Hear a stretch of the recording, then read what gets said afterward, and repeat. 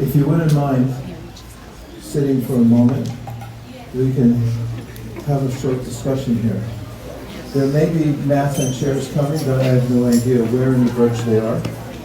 So we will just do the best we can with what we have.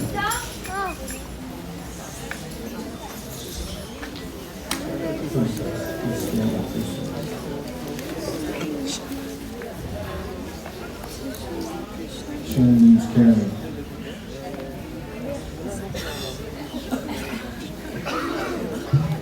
I also don't know if we'll get kicked out. This place is much better than the one over there. It's much more protected. Still be aware that the monkeys here are quite industrious and they're smart, and they'll sneak up and take stuff if you leave it unattached. And not the least of which is your glasses. And they're in cahoots with the optical company here. You can start with the prayers. I'll get mine sometime soon. They're in your book. It starts, Matsamo Nasti Papa Ma. It's a nice set of prayers that we'll read in English right now.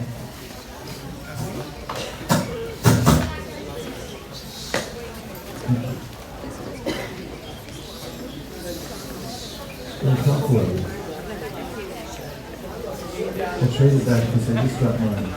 But it still counts that you own it.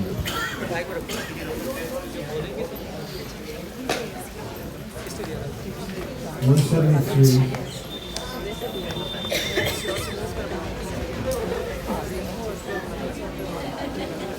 Page 173. Vignati Panchaka. 5 verses opening your heart to Radha and Krishna. O Purushottam, no sinner or offender is as bad as I am. How can I describe my shame? If you'd like to read it in unison, that would be fine. Just as the minds of young ladies take pleasure in a young man, and the minds of young men take pleasure in a young woman, kindly let my mind take pleasure in your brother.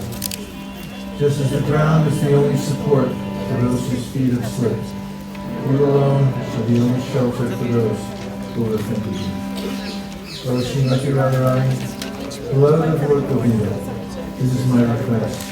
May you and Lord Govinda consider me one of your assistants. O Srimati Radharani, Queen of Vrindavan, we're a river flowing to the nectar of mercy. On me and give me the holy service which I raise. Lord Purī.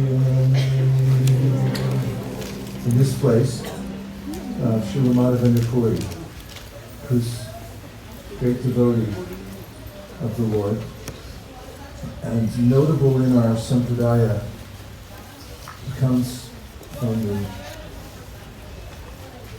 Madhva Sampradaya. He was the first one to show symptoms of ecstasy and separation from Krishna. In fact, it's notable that when he was leaving the world, Srila Mādhavendra Purī, who had brought the scent of pure devotion to our sampradaya, in the form of this mood of separation from Krishna, was a harbinger of Sri Chaitanya Mahaprabhu coming to pour that sentiment as if through a waterfall coming to all the people of the world. It is said that in the barren forest, if there's one flower tree, or even one scented, beautiful flower, it can bring that fragrance through a great area and bring joy to the people. And Srila Mādhavendra Purī, who had that mood of pure devotional service, brought that kind of devotional service to the world. When he was leaving the world, again and again he was crying out in feelings of separation that, oh my Lord, I could not attain you. In a very emotional state, as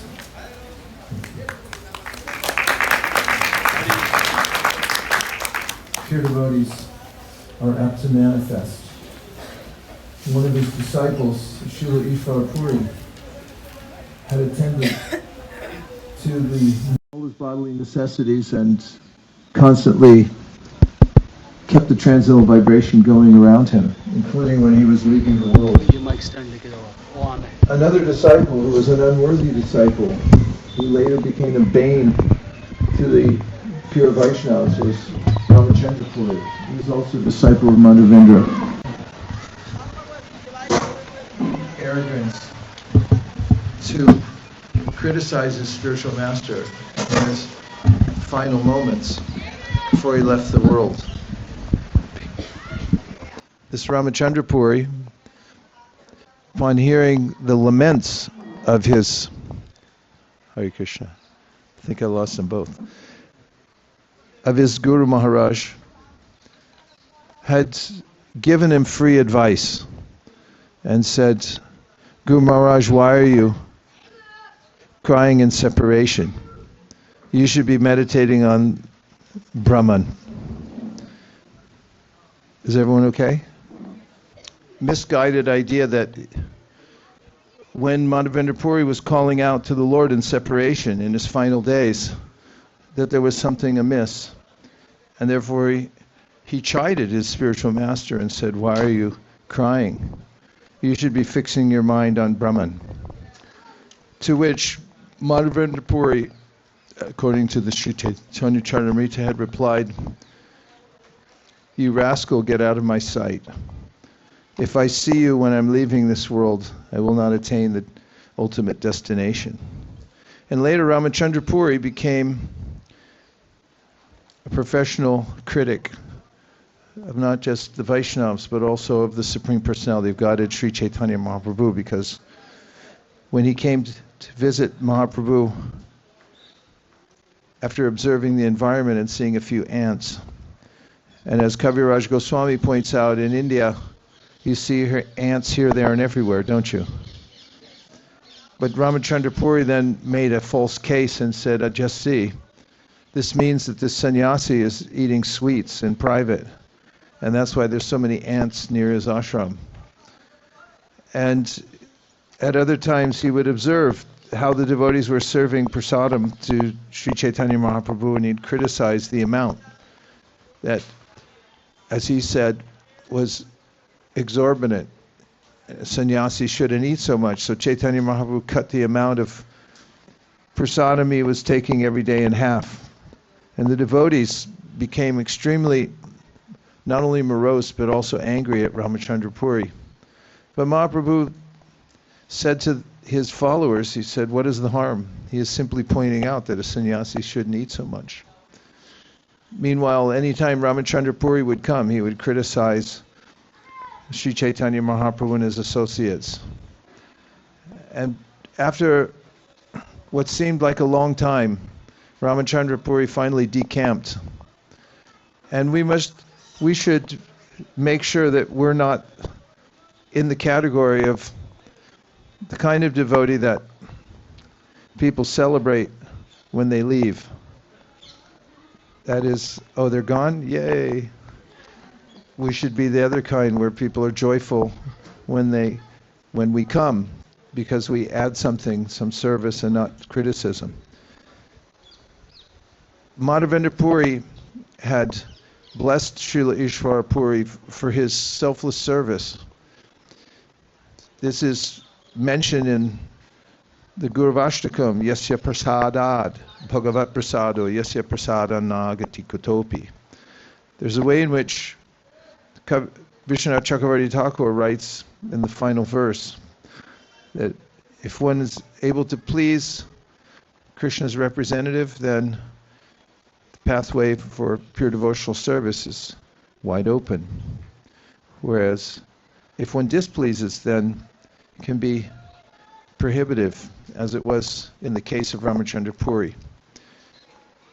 Mādhavendra Puri was a selfless, pure devotee. He never asked anyone for anything. And that means that if no one brought him food, he would simply fast. And when he came to this place, here in Vrindavan, when he was traveling, he sat down and was chanting, and a young boy came to him and said, I brought you this pot of milk. Even in the 1970s, when we used to come here, it was very quiet. Things have picked up over the years a lot. And even during certain festivals, it used to be a lot quieter than it is now. And nowadays, during Purushottam Mas, for the whole month, 24/7, you can't find a place on the marg anywhere to walk, unless you just get carried along by the crowd. And on other festivals during Kārtika, it's quite busy, especially during Ekadashis and so forth. So it was quiet here when Mādhavendra Purī came, and he was sitting doing his bhajan. And when that little boy came, he wondered, how did you know I was here? To which this beautiful young boy said, nobody fasts in my village. The women nearby had informed me that you were here. Mādhavendra Purī happily consumed that milk that was given to him, and then he dozed a little bit. And while he was dozing, he had a dream, and it was the little boy who had just come to him with the pot of milk. He revealed himself as the deity, Gopal, and said, I'm buried nearby in the brush. If you would kindly come and rescue me,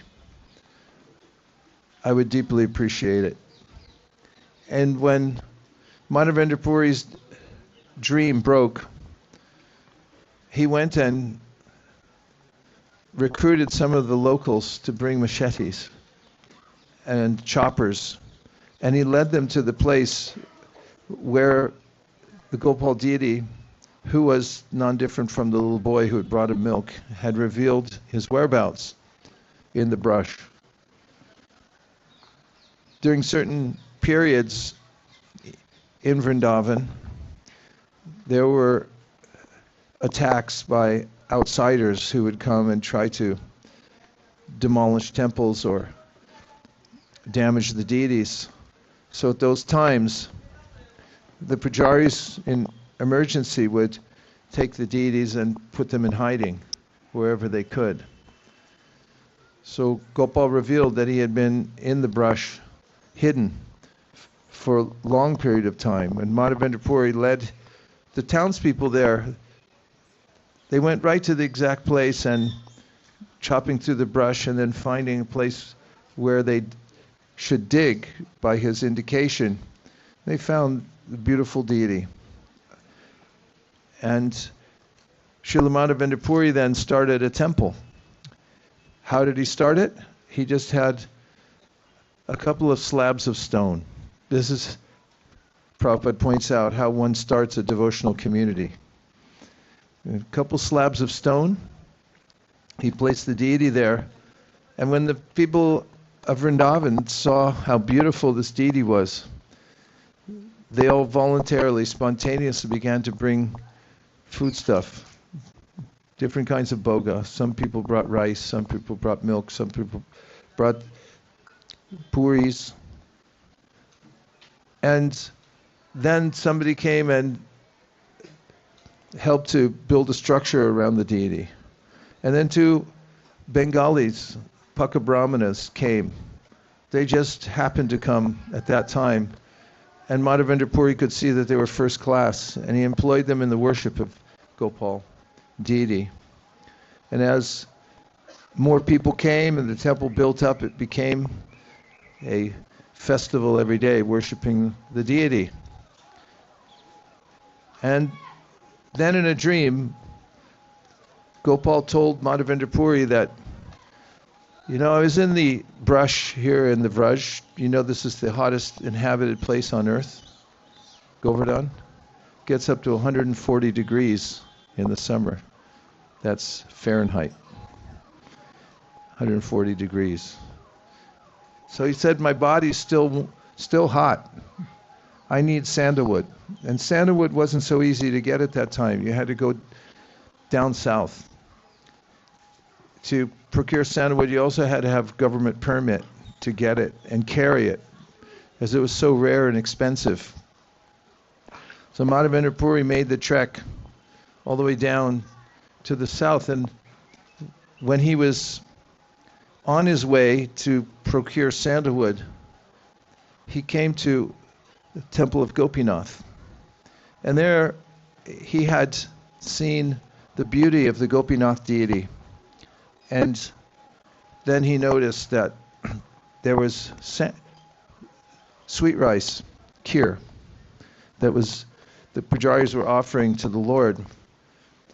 And he thought to himself, oh, I wish I could taste this so that I know how to make it for my deity. This is the prerogative of those who worship the deity. Everywhere they look, they see some paraphernalia to bring back to their lordships. If there's nice flowers, they want those. If there's jewelry, they'll take that. If there's a recipe to be had, they want to know what the recipe is so they can make it for their deities. This becomes the perfection of life, because this is really real renunciation. Just giving up the objects of the senses will not help, because eventually the senses will demand their objects. But if one feels the bliss of offering everything to the deity, then it's an anandam buddhivardhanam, because Krishna can take prasadam unlimitedly. Just like during the Mahaprakash of Sri Chaitanya Mahaprabhu, he demanded that devotees bring him food. So they brought not just a couple bananas, but they brought thousands of bunches of bananas, and he ate them all. He wanted milk, and he drank thousands of gallons of milk sitting there. This is bhoktaram yagatapasam. Krishna can accept unlimitedly from us. Other people, even if we try to give them something nice, like one guy today, out of many, I gave him a book lollipop, asked him for a donation, he just said no. Mountain pose notwithstanding, just no. And other people, you can give them a little bit, but they can't digest it. But Sri Chaitanya Mahaprabhu and Lord Krishna, they can digest everything we give them. And what to speak of, Krishna says, Jagnartat karmanon yatra loko yam karma bandhana tarartam karma konteya mukta sangha samachara. There's a way in which he recommends you try to give everything to me, because in that way you'll become perfect. And as we heard from Prahlad Maharaj, Naivatmara prabharyan ayam nijalabha purno manam janad avidusat karano vranite yad yajnano bhagavate viditita banam tachchatmane pratimukasya yata mukashri. He said the Lord doesn't need anything from us, because he's purnam, complete in himself. But when we offer something to the Lord, then it's for our benefit. And Prahlad Maharaj says, when you look in the mirror and you put on tilak or you put on dots, anybody wearing dots? Not today. Maybe some chandan. Then the reflection in the mirror is also decorated. That's what he says. Tachchatmane pratimukasya yata mukashri. You decorate your face, the reflection is decorated. So in a similar way, when you decorate Krishna, then you become decorated. That's the great secret of life. When you flip that switch and understand that trying to satisfy myself as an individual with a limited material body and capacity to enjoy, I'll never be happy. Krishna says in the Bhagavad Gita, that antavanta tukonteya, that their sense gratification here has a beginning and an end, but for Krishna there's no end. You can satisfy him unlimitedly. In fact, one of the meanings of Ekadashi is that because on that day there's a very powerful force of the moon, which during that time allows the senses to be more active. And therefore the devotees, realizing they can give Krishna more sense gratification on Ekadashi, they forego any other thing except for let's give Krishna as much as possible on this day, because they've realized that the real secret of being a living entity is you feed Krishna and you're fed. You give to Krishna and you're giving to yourself because you're part of Krishna. So Mādhavendra Purī, when he saw the Gopinath deity, he wished to taste the sweet rice, and then he felt ashamed. He thought, how dare I think of tasting the Lord's food? He hasn't even taken it yet. But when the deity then accepted his offering, he hid some of the kheer behind his altar. And that night, after the pujaris had done all their duties, they had taken rest, Gopinath appeared in a dream to the pujari and said, "Aho, I have hidden some kheer for the devotee, my dear devotee, Mādhavendra Purī. And it's behind me on the altar. You missed it because of my tricks." So Pujari woke up from his dream. He took a Pujari shower. That means Pujaris know how to bathe really fast because they have to bathe all day long at different intervals. And he put on fresh cloth and then stole into the altar room in the middle of the night and looked where Gopinath had revealed to him in the dream that the sweet rice was located, and he found a cup of sweet rice. Used to be in little clay pots back in the good old days. Everything used to be clay pots, no plastic. That's why people just throw everything, because they think it'll just disappear, because pots used to. And when Mādhavendra Purī received that sweet rice, he was overwhelmed with prema that Gopinath had thought of him, had arranged for it. In fact, when the pujari went out to search for Mādhavendra Purī, who had gone to a place nearby to sleep under the stars, the pujari called out, "If there's anyone here named Mādhavendra Purī, please come out. You are the most fortunate person in the universe." And hearing the pujari's voice, he came out and he accepted this prasad. And he tasted it, enjoyed it, and then he realized that now the word may go out, that the deity had favored him, and he didn't want anyone to recognize him or to give him any accolades. So he moved on. And with his duty of getting sandalwood, on his way back to bring the sandalwood, after he had procured it at great, taking troubles to procure the sandalwood and carry it, he had another dream from his deity Gopal, who said, "I and Gopinath are the same. Please don't labor anymore. Stop and give all this sandalwood to the pujaris at the Gopinath temple and let them offer it to my form there, because I and Gopinath are the same." And Mādhavendra Purī then stopped in and gave them the donation of the sandalwood. The Mādhavendra Purī's, there's a little shrine over here that I think ISKCON had a hand in establishing. You'll find the deity of Mādhavendra Purī there.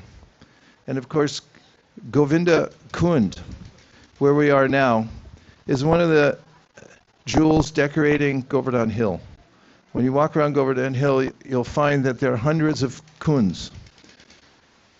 These are all excavated, most of them by Vajranabh, who was the great-grandson of Krishna, who helped to reestablish the places of Krishna's pastimes that were lost after Krishna's disappearance. And of course, this is also the famous place where Krishna was anointed as Govinda, the king of the cows. And it's the place where, after defeating Indra by lifting Govardhana Hill, Indra came with Airavata and with Bhumi the cow, and they had bathed Krishna in an abhishek by pouring water from the trunk of Airavata. And it is said that all of the ingredients from the abhishek. Have you ever seen a big abhishek like in Mayapur? Yes or no? There's a lot of charnamrit afterwards. How much is there? A lot. And after the bathing, after Krishna's abhishek here, there was so much charnamrit. It said that there's a river flowing all the way around Govardhana Hill, and that the kunds filled up with that charnamrit. And of course, here at Govinda Kund, it's very famous that the demigods had come to worship Krishna after his abhishek. There was Brahma, there was Indra, there was Shiva, and the cowherd boys had seen this worship going on. And afterwards, they came over to find out, who were all these people? Saw a guy with 4 heads, and they had all this paraphernalia. And when the adults came, they were, the cowherd boys, speaking about, oh, there were all these people here. They were worshiping Krishna, who was just a little cowherd boy, anointing him as Govinda, the Supreme Personality of Godhead. So all these kunds are places of pleasure pastimes of the Lord, where we can come and remember the lifting of Govardhana Hill. We passed through, although you may not have noticed it when we were on our tuk-tuks going through, but Anior is a village that's just before we got here to Govinda Kund, which is famous during the pastime of Krishna lifting Govardhana Hill, which I won't go into in detail, but I'll just say that Krishna had instilled in the simple residents of Vrindavan a reverence for Govardhana Hill, who then appeared in gigantic form, not just as a hill, but also the form of Krishna. In fact, it's mentioned in the Gopal Champu that he had a gigantic head. His teeth were so large that he would use bamboo rods as toothpicks just to clean his teeth. And the residents here then, instigated by Krishna, came to offer obeisance to him, Krishna was pointing to him, just see, Govardhana Hill is here to accept all your offerings, which they had averted. He had averted. Krishna had taken away the offerings to Indra and said, offering them all to Govardhana Hill. He also, at that time, revealed that I and the hill are the same. So devotees come here to Govardhan by the millions every year, and they just walk around. And you can see all night long, you can hear them all night long, groups of people walking around Govardhan. And I can say that in the years that I've been coming to Govardhan and staying here, this would be year 25, if we stay at Kārtika, will be year 25, we stayed here at Govardhan. I've seen people that do parikrama every day, all the way around. I know people that go around twice a day. It's their main occupation. I've met people who do 108 daṇḍavats in one place, and then they move to the next place and do another 108. And I've seen whole families, including mom, dad, all the kids, doing daṇḍavat parikrama together all the way around Govardhana Hill, instead of going to Disneyland to see the mouse. They come here to the holy place. And I've never, ever seen anybody unhappy. Ever. In fact, there's a blissful look in people's face as they walk around Girirāja or they do daṇḍavat parikrama. You'd think somebody would be complaining, like, Mom, Dad, this is enough. I want to go somewhere else. But no, everyone feels satisfied. And it's the great miracle of Govardhana Hill that everyone who comes here feels satisfied. And people come for many different reasons. They'll come because they want a husband or wife, or they want to pass a final exam, or whatever they want, Krishna fulfills everyone's desire here. As it's already mentioned in the Sri Upanishad, he's the primeval philosopher who's been fulfilling everyone's desire since time immemorial. But especially for those who want pure devotional service, there's a flavor here at Govardhana that one can imbibe, or a beverage that one can imbibe, that is an elixir from walking around Govardhana, praying to Govardhana Hill, and remembering the pastimes of Krishna around here. One can feel satisfied and invigorated. One of my godbrothers in Mayapur was giving a talk, Bhakti Chaitanya Maharaj, and he was talking about daily sadhana. And he said he discovered something quite amazing about himself. And that is that when he finishes his rounds in the morning and goes to the morning program, he feels better. And I thought through understatement, it became even more profound, kind of like homeopathy. It's like the less you take, the more effective it is. And in him mentioning that he felt better, I started to think nobody feels better about anything in this world. It's impossible to feel satisfied for even a few seconds because there's always something to deal with next. But if we're able to take shelter of Krishna, which is what walking around Govardhana is, just being here and appreciating the fact that he's the Supreme Personality of Godhead, as Krishna told the residents of Vrindavan, don't worship Indra, it's too much work. And besides, what's he doing for you? Govardhana's really the one who's going to help you. And Krishna was turning everyone's attention to the sublime idea that if you just think of Krishna, worship Krishna, ananyas chintayanto mam, ye jana paripasate, tesham nityabdyuktanam, yogakshema mahamyaham. Everything else will be done. And anyone who has the experience, even for 1 second, that when I'm worshiping Krishna, I'm okay. When I'm doing anything else, I'm not. When I do my rounds and I finish the morning program, I feel better. And when I do anything else, it doesn't matter what kind of hyperbole there is around the particular intoxication or the sightseeing, it all causes more and more anxiety and entanglement in the material world. So Govardhana stands as a monument to those who know that not only is Krishna the Supreme Personality of Godhead, but we're his eternal servitors. And as Bhaktivinoda Thakur says, Jiv Krishna Das, E Bishwas, Korle Torah Dukonai. If you just become the servant of Krishna, then you'll never be unhappy again. You'll always be happy. Hare Krishna.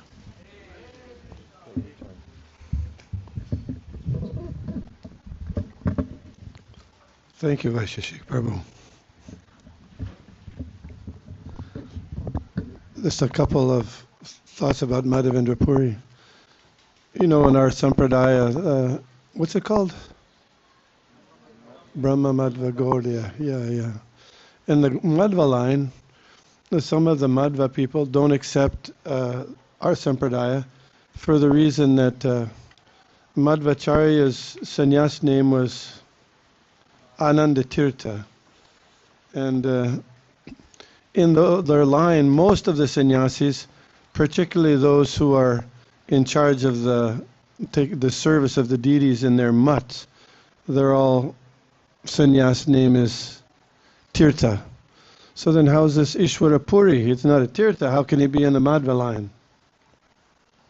So what do you think? Devotee scholars who've researched this, that I heard from, they said, well, yes, it's true that those sannyasis in the Madhva line who are in charge of the mutts, the temples, and who do the temple worship, the deity worship, they're tirthas. But Ishwara Puri wasn't a temple worshipper alone. He was traveling and preaching, itinerant preacher.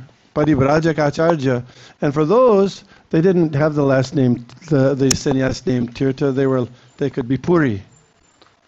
And then they say that even from the very beginning of the description of the Gaudiya Sampradaya after Ishwara Puri and Lord Chaitanya, Shivananda Saint's son Kavikarnapur, he delineated the Sampradaya, and he also has Mādhavendra Puri, Ishwara Puri, Chaitanya Mahaprabhu. So it's not something manufactured or anything like that. Mādhavendra Puri is certainly in our line, Ishwara Puri and Lord Chaitanya. That's one thing. Then, in case you didn't notice, there was a lot of, we were kind of dreaming a lot in this pastime, isn't it? Mādhavendra Puri had a dream to find Gopal or Srinathi. Then he had another dream that Srinathi or Gopal was hot. Then the Pujari had a dream. Then Mādhavendra Puri had another dream to give the sandalwood and the camphor to Gopinath. So this is instructive. Usually if your dreams are like my dreams, it's crazy stuff, huh? 95 at least % of the time. But if you have a dream about Krishna or the spiritual master, pay attention to those dreams, because they are significant dreams and they'll give you instructions. Just like Srila Prabhupada, later in it, before he took sannyas, he had several dreams that his spiritual master, Srila Bhaktisiddhanta Saraswati Thakur, was coming to him and saying, please come, take sannyas, take sannyas. And initially he was a little resistant. But then when it was reconfirmed by his godbrother, Bhakti Pragya Keshava Maharaj, he finally did that, and this Hare Krishna movement resulted from that, taking the instruction from the dream given by his spiritual master. So that did anybody go to Kirchor Gopinath temple and get the kheer? Yeah. How did it taste? Yeah. In the introduction to that chapter by Srila Bhaktivinoda Thakur, he gives there's a specific name of that kheer. You know that name? Amrit Keli kheer. Yeah, Amrit Keli. And if you take it, there's raisins in it. There's cloves or lavang. So it's a very, very, very, very special preparation. And when I was I did a lot of service in the kitchen when I'm in New York for a while, still. And one time, somebody was cooking in the kitchen food, and she said, "Yeah, oh, I forgot whether I didn't know if I made this preparation right. I'm just going to taste it before we offer it to the deities." And I said, "No, you can't do that. You can't do that." And he said, "What do you mean? What do you mean? There's you know the story of Shabari? Shabari. What was Shabari? What did she do? Ek bear bilde ke khave. Yeah. So the story goes that she was in an ashram. Shabari means she might have been from not a high class. But so she was waiting for her spiritual master had passed away, and she was waiting for Lord Ramchandra to appear as predicted by her spiritual master. And then when he came, she wanted to offer some, what are those, bear, you call them? Yes, bear, some kind of hard fruit, berry fruit. So, but sometimes those fruits are sour. So what did she do? Tasted that. And then gave it to Lord Ramchandra. Is that right? Is that right? Did that really happen? Did that really happen? Did that really happen? Anyway, once this person told me that, I was thinking, gosh, but this doesn't, how does it jive with the story of Mādhavendra Puri and the kheer? How does it work? You know, because Mādhavendra Puri was like the incredibly advanced Vaishnava, the person who first, was introducing advanced love of the gopis into our sampradaya. And he's saying, just to think about tasting something before offering it to Krishna is an offense. And here this other person is tasting it and then offering it to Lord Ramachandra. So I thought maybe I should do some research about this. I thought, well, let me check the Ramayana. And I looked through the Ramayana, and guess what? It's not in there. It's not in the Valmiki Ramayana. And then I thought, well, there's other Ramayans, right? Like the Ramcharitamanas. Sometimes people say the Tulsi Krit Ramayana. The Ramcharitamanas was the Hindi vernacular of the Ramayana, but it's not exactly the same. It's a little. I thought it must be in that version, and then nope, it's not in there either. Wow. So where is this coming from? Anyway, so I tried to do some research, and anyway, there was some South Indian Vaishnavas who were investigating the story. I read some of their stuff, and they said, actually, this story came from a person in Purī who was really against Brahminical culture. And he wanted to kind of subvert the idea of, a first offering to Krishna. So he made up the story, according to them. But it started off with a mango. The Sabri tasted the mango and then gave it to Lord Ramchandra. And then when the story migrated to Vrindavan and Uttar Pradesh, Vrindavan area, then it became a berry bear. But it, according to them, and I checked the Valmiki Ramayana, the Tulsi Ramcharitamanas, it's not there. But if you think about it, we've all, if you go and we used to have a person who would purchase all the fruits and vegetables for the temple. So they'd get a box of apples. And what would they do? They would take one of the apples from the box and taste it, or say Sri Vishnu. But they wouldn't eat all the apples, right? They would just, and then if it tasted good, then the rest was good. Oh, if you have a tree, if one of the fruits, you taste one of the fruits, you don't have to taste all the fruits to make sure that it's a sweet fruit, right? Or even if you're getting a watermelon, chop up the watermelon. You can take this one. If you're thinking where the watermelons might be bad, you can have that piece. But there's other pieces you didn't taste that you can offer to Krishna. Does it follow? You got it? So the point is, from that research, I don't accept that story as being a bona fide story of the tasting first, and then offering it to Krishna. Don't say that's bona fide. Not that it couldn't happen, but the evidence I found was not there. So one other point. Any questions about that? Yes.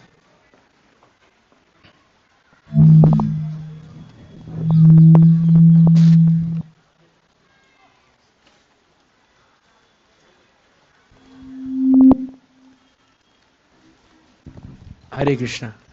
In a similar story, I've heard the story of Vidura when Krishna's coming to his house, and Vidura and his wife were Vidura's wife was frantic, and then the bananas and they had bananas and they offered Krishna the banana peels because Vidura's wife was eating the bananas to see if the bananas were sweet. Any context on that story? Well, if you go, there's a temple there in a place called Vidurkuti, and in that area, the people are mad for something called batwa. You know what batwa is? Batwa. It's a certain kind of spinach, because that's the kind of spinach they say that Vidura made for Lord Krishna after Duryodhana tried to offer him a feast, and he said, "No, I'm not really hungry. I'm sorry." And then he went to Vidura's place, and but the excitement was that just in the excitement, she offered the banana peel and not the banana, but it's not that she tasted the banana. That was how I understood it. And there's actually a deity there of Krishna and Vidura's wife, where they're offering a banana peel to Krishna. If you've been there, it's a place called Vidurkuti. No, it's outside. It's north, closer to Kurukshetra. Vidurkut there's a town called Mirut, and then there's another town called Bijnor, which is a small little town, and right around that area. And everyone they make from that batwa, they make batwa pakoras, batwa sabji, batwa. Right, so everything batwa. Let's get it. Anyway. Yes. So, Prabhuji, it's, from the Pancharatrika system and this thing. Okay, from the Pancharatrika system, it's unthinkable to even. Is it audible? No? Is it okay? Yeah. Is it better? Yeah, I was thinking that from the Pancharatrika system, it is indeed correct that you should first offer to the deity, and even from a philosophical point of view. But would it count in the realm of spontaneous love? Of course, we shouldn't take it as an excuse to bypass the rules. But would it come under spontaneous love? The reason why I'm asking this is there's a similar story in South India, in Tamil Nadu, yeah. of But Andal. Garland. The garland, yes. So, Yeah. So in our sampradaya, we have the example of Mādhavendra Purī. And he's at a high level of transcendental realization and spontaneous love. But he took it that it was an offense. So I will feel it on other sampradayas I can't say. I don't, it might be. That's why I said, I don't know, but at least in our sampradaya, this is how the method is understood generally. And who's more advanced? Who's more advanced than Mādhavendra Purī? Generally, we won't find anybody. So that's usually. Could there be exceptions? Yeah, there could be. But I don't really know specifically, and at least in our sampradaya, and that's how we are generally taught. So anyway. That's the best I could say. Hare Krishna Prabhuji, I think in such situation where we are doubtful, sometimes it's an ingredient missing, you're not sure whether to add it or not. So would it be appropriate to just take it a little bit and offer it to the deities and then... Or offer it to a picture, yeah. Picture the deities or... Yeah, separate parts, separate. And just keep like it if separate. You have 20 daily sweets and you take some, you offer 9 on the plate, the rest are not offered. It's sure, okay. That works. Thank you. But it's not the same as you're not going to taste the one and then offer it to the No.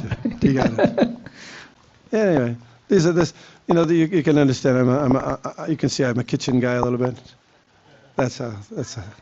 So another really interesting point is this: that Mādhavendra Purī, all this stuff is happening when he's a sannyasi. It's there are some sampradayas or some philosophers who think, doing deity worship, that's just for the neophytes. It is for the neophytes, but it's also for the advanced persons.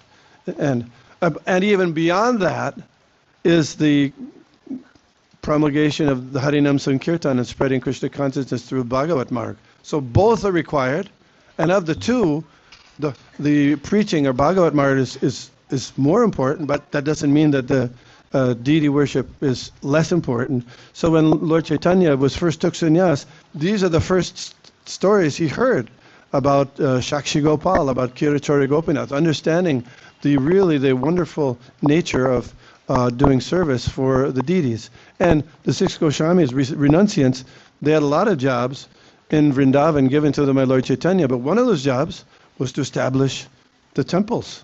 The main temples, 7 main temples in Vrindavan were established by the 6 Goswamis. So that's a big deal. And then here, as Vaisesika Prabhu was saying, Gopinath was hot, but Krishna is transcendental. How can he be hot? Right? How can he be hot? How can Krishna be hot? But that's our opportunity to serve him. The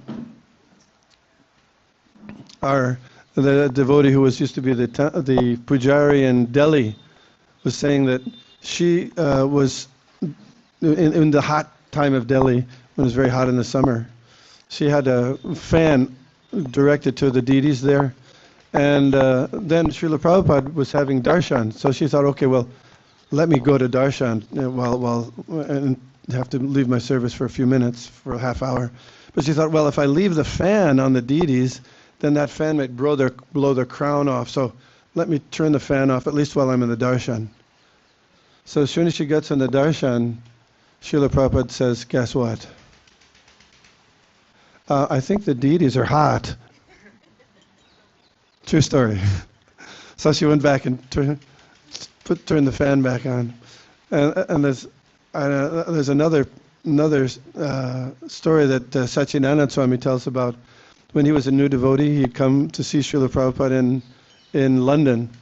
And at that time, he was a new devotee, and his family was really trying to get him back to come to, to stop him from being Krishna conscious and participating in Krishna conscious activities. But he was given the service of cleaning the Lord's plates. But his mind was preoccupied with thinking of all this pressure he was getting from his family. So he wasn't paying attention to cleaning the Lord's plates. So then he finished. And then Srila Prabhupada says when he went to see Srila Prabhupada's darshan, the deities' plates aren't being cleaned properly. How does Srila Prabhupada know? Krishna is Krishna. So the point is, worshipping the deity and service to the deity is really an important part of the service that we're all doing, as you're doing, in your own temples and here in Govinda Kund, as Mādhavendra Purī did for his deities, Gopal, also known as Srinathji. Srinathji is the same deity as Gopal. Hare Krishna.